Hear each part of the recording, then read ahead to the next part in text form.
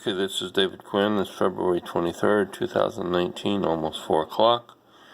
And I have a very crude experiment based on an engineer or scientist from decades ago that had a lot of knowledge of magnetism and electromagnetism. Unfortunately, a lot of that knowledge he took to the grave. One of the things that he did is he said he knew how to reverse a magnet's field, but I question whether that reversal was at one specific point of reference, not globally reverse, not reverse on every angle. So for example, I have a magnet here and I have a solenoid here. I have a compass here. And like I said, this is a very crude experiment. If you notice that the green here is set on what I would call 0 or 360, or as is on the face of the compass, 336, which is 360. Anyways, so the compass obviously is going to be the point of reference. Right now the electromagnet is turned off. There's no power going through it. Permanent magnet is set at a very critical angle, and it looks as if it might be about 120 degrees, which is one of Tesla's, I might even say one of Tesla's worship numbers.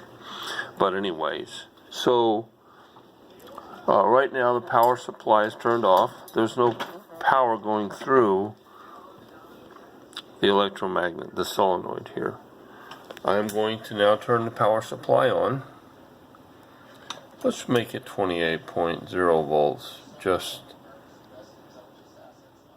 to,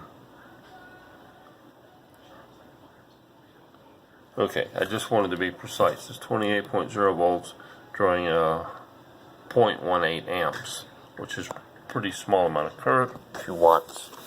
Alright, so I'm going back to the experiment here. Now you will notice that this green indicator is showing at virtually, if you look over here, is 120 degrees, or very close to it. Now I'm going to turn the power off, and you will see that the compass now goes back to fairly close to 360 or 0 degrees. Okay, now I am going to go back to the with the power on in the solenoid, and this red indicator here, I'm sure there's questions on that, means nothing. It's just an like a 0 reference point on the compass. What has nothing to do with this experiment at all.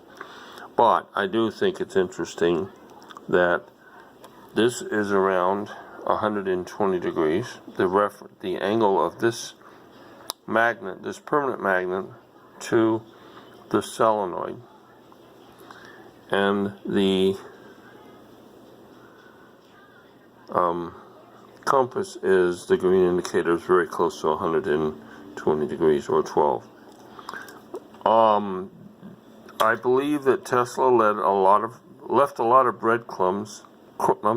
Left a lot of breadcrumbs in some of the information he left us before his untimely death, because he was trying to extrapolate energy from the natural environment, and he felt as if electricity, since it's all around us in everything, should be something that should be free.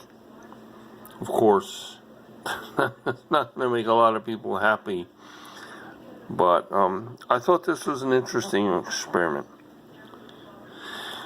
We'll follow up later.